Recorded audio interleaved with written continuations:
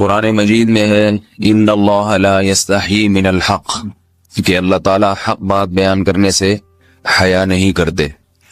حدیث میں بھی بعض ایسے مسائل کو اللہ کے رسول نے بیان کیا ہے صلی اللہ علیہ وسلم نے جو بظاہر حیا کے خلاف ہیں، مگر اس لیے بیان کیا کہ اگر آپ صلی اللہ علیہ وسلم بیان نہ کرتے تو لوگ ان بے شرمی کے کاموں میں مبتلا ہو جاتے۔ اسی وجہ سے میں بھی یہ ہمت کر رہا ہوں کہ ایک اور ایسا گناہ جس میں لوگ مبتلا ہیں اور وہ ہے حیا کے خلاف، مگر ہے بہرحال شریعت کا مسئلہ اور لوگ اس میں گناہ میں مبتلا بھی ہیں، اس لیے بتانا ضروری ہے۔ وہ یہ ہے کہ لوگ شادی کے بعد بھی آج کی نوجوان نسل زوجہ سے، بیوی سے غیر فطری طریقے سے ہم بستری کرتے ہیں، انٹرنیٹ پہ بےہودہ فلمیں دیکھتے ہیں، تو جو چیز انگریزوں کی دیکھ رہے ہیں کہ ان کے کلچر آہستہ آہستہ میڈیا کے ذریعے ہمارے معاشرے میں بھی آ رہا ہے۔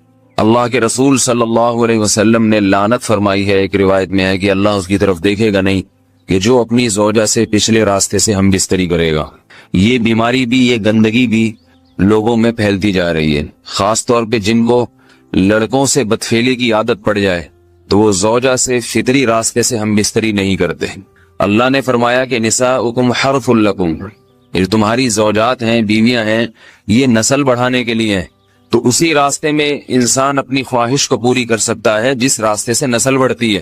اس کے علاوہ کسی اور راستے سے اپنی خواہش کو پورا کرنا یہ حرام ہے، گناہ کبیرہ ہے، گندگی ہے۔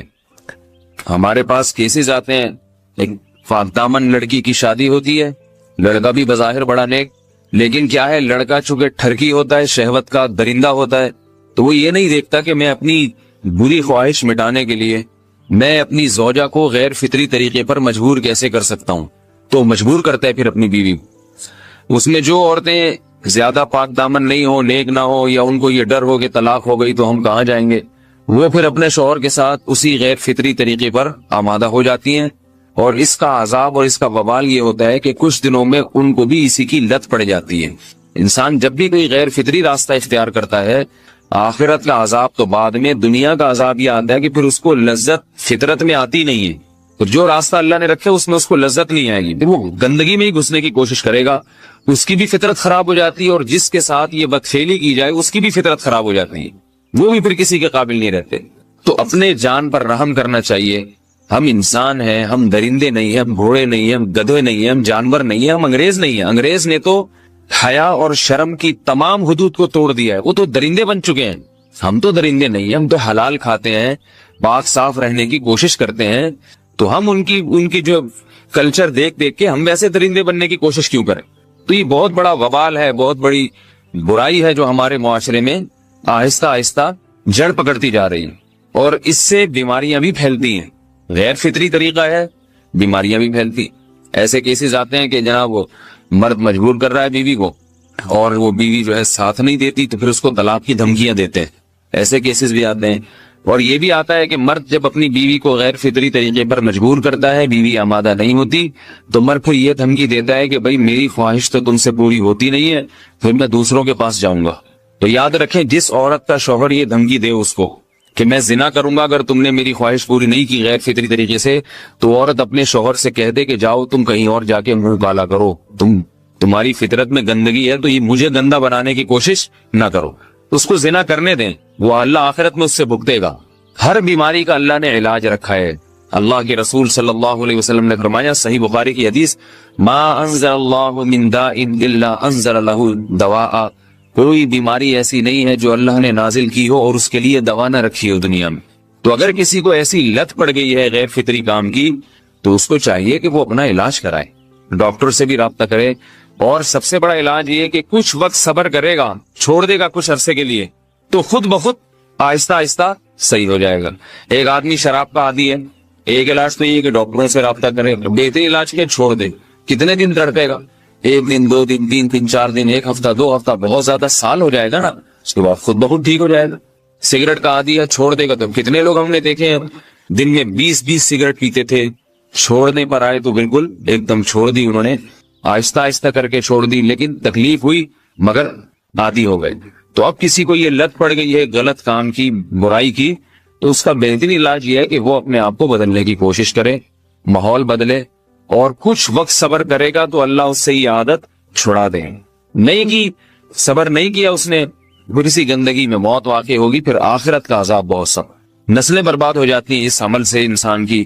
تو بات حیا کے خلاف ہے، مگر یہ کہ ایک بزرگ تھے وہ بات فرما رہے تھے، تو کسی نے پوچھا کہ حضرت آپ حیا کے خلاف بات کرتے ہیں، تو انہوں نے فرمایا تم بے حیائی کے کام نہیں چھوڑتے، ہم اس چھڑوانے کے لیے بات کریں تو ہم برے ہیں، اور تم کام کرو تو بھی برے نہیں۔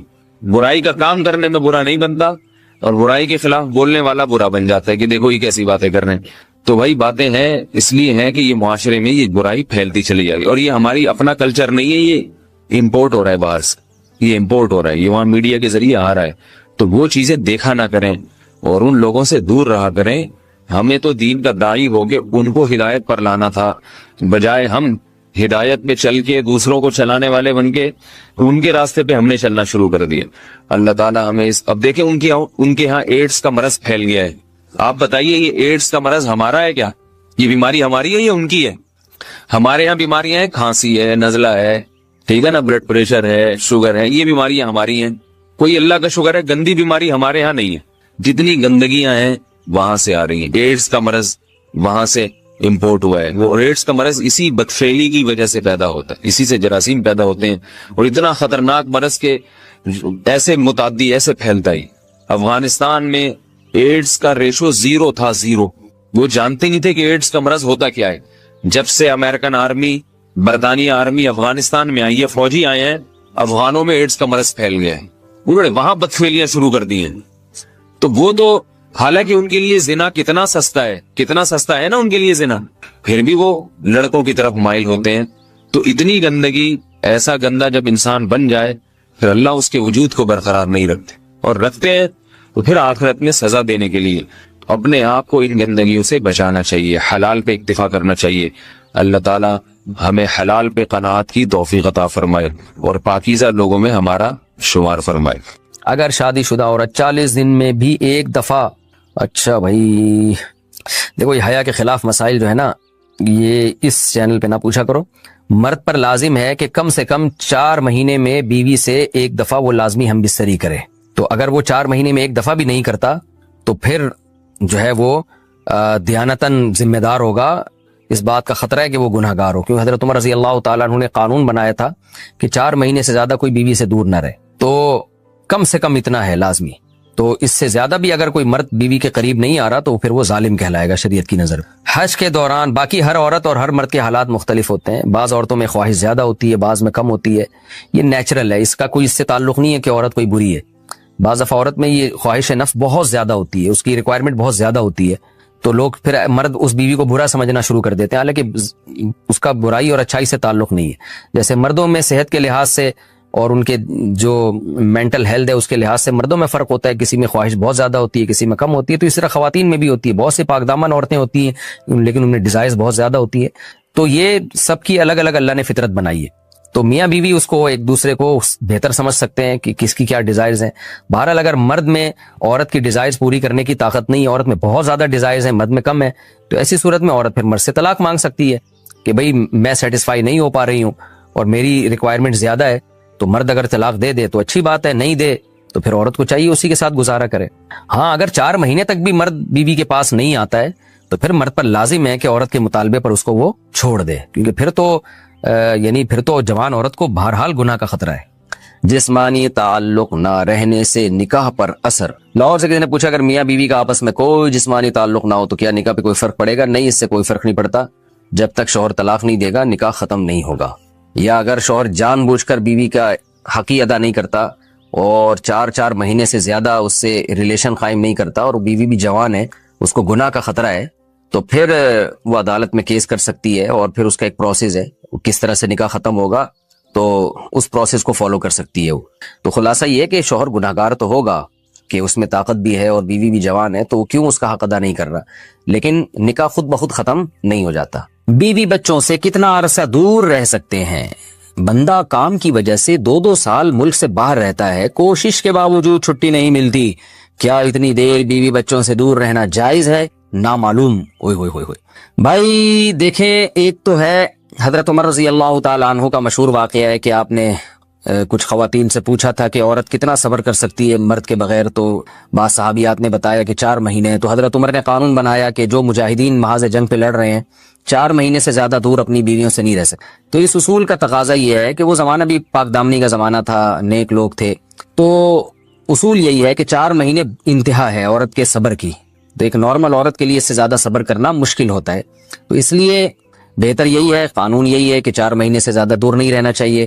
اور قرآن نے بھی یہ حکم دیا ہے کہ اگر کوئی قسم اٹھا لے کہ بیوی کے پاس نہیں جائے گا، قسم اٹھا لے، ایسا ہی نہیں بلکہ قسم اٹھا کے، تو پھر 4 مہینے میں طلاق واقع ہو جاتی ہے. بعض فقہا کے نزدیک عورت کو طلاق کا اختیار ہو جاتا ہے عدالت کے ذریعے، بعض کے نزدیک ہو جاتی ہے طلاق.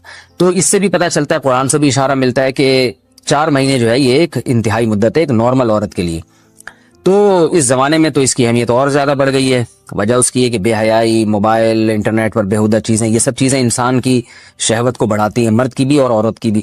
تو اس لیے بھائی میں تو آپ کو مشورہ نہیں دے سکتا کہ آپ 2 سال بیوی سے دور رہیں. میں بدگمان نہیں ہو رہا، بہت سے لوگ 4 سال دور رہتے ہیں، ان کی بیویاں بھی پاک دامنی کے ساتھ زندگی گزارتی ہیں، خود بھی بڑے نیک شریف بن کے زندگی گزارتے ہیں. بہت سے ایسے لوگ الحمدللہ ہمارے معاشرے میں ہیں.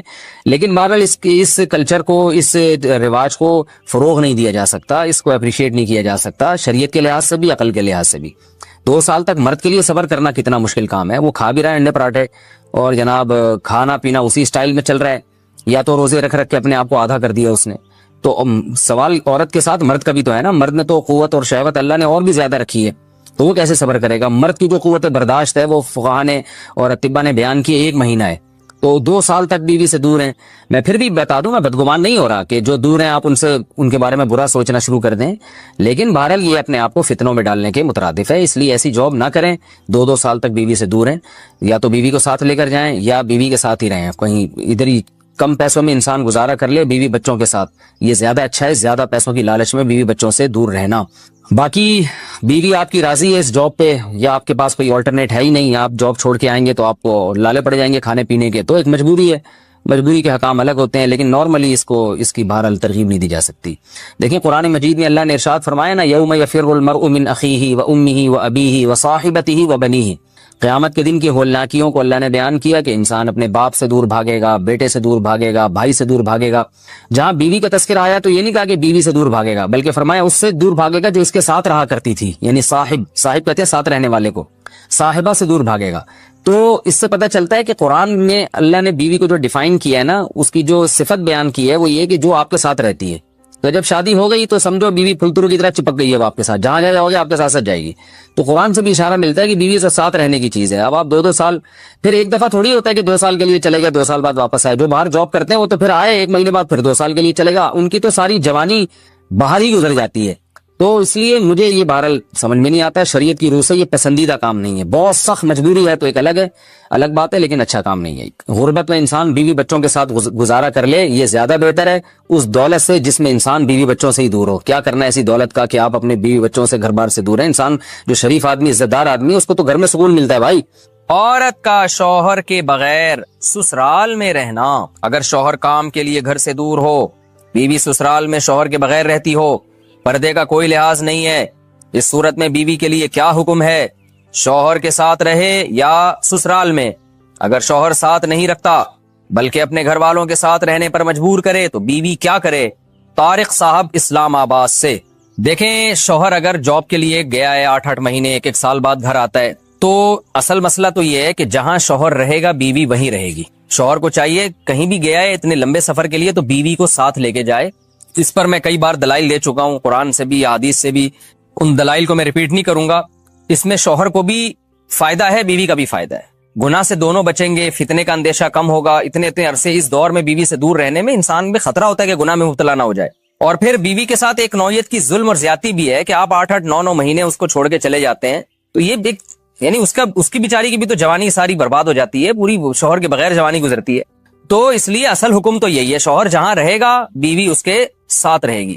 لیکن بعض غریب لوگ ہوتے ہیں، ان کے پاس وسائل نہیں ہوتے، سعودی عرب میں مزدوری کی جاب کر رہا ہے، وہ بیوی کو ساتھ رکھ نہیں سکتا. اگر رکھے گا تو خرچے اتنے بڑھ جائیں گے کہ وہ کمائے گا کیا پھر. بعض لوگ مجبور ہوتے ہیں، دبئی میں رہ رہے ہیں، کہہ رہے ہیں فلیٹوں کا کرایہ اتنا ہے، بیوی کو یہاں رکھا تو بھائی ہم بچے گا ہی کچھ نہیں ہمارے لیے. تو ایسی شدید مجبوری میں پھر میاں بیوی کمپرومائز کر سکتے ہیں. بھائی میں مجبور ہوں، کمانے کے لیے جا رہا ہوں، تمہیں بھی پتا ہے میں اگر یہاں رہوں گا تو وہی کھانے کے لالے پڑیں گے، تم ہی مجھے تنگ کرو گی پھر.